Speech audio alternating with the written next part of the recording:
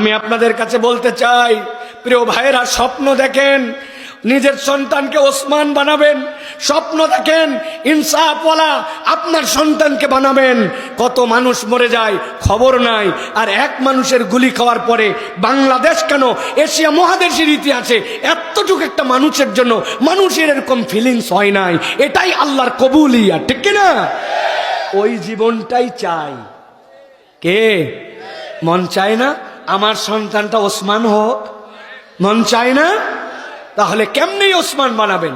ওসমান বানানোর জন্য বেসিক বুনিয়াদ মাদ্রাসা কেন্দ্রিক তাকে শিক্ষা আপনাকে দিতে হবে, জ্ঞান বিজ্ঞান জানাতে হবে, যুক্তি তর্কে উপস্থাপনের মতো যোগ্যতা থাকতে হবে, মুনাফিকি চরিত্র থাকা চলবে না, কলিজাটা তার আল্লাহর জন্য নিবেদিত হতে হবে। বহু লিডার বহু মানুষকে দেখেছি, কিন্তু আমি আমার ছোট্ট জীবনে কোনোদিন কাউকে বলতে শুনি নাই।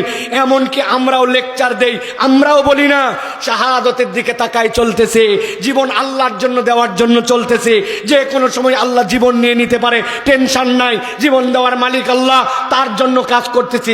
কথায় কথায় আল্লাহর কসম খেয়ে এই কথা বলার হিম্মত অনেক হুজুরেরও হয় না, আলেমেরও হয় না, মুফতিরও হয় না, ঠিক কিনা?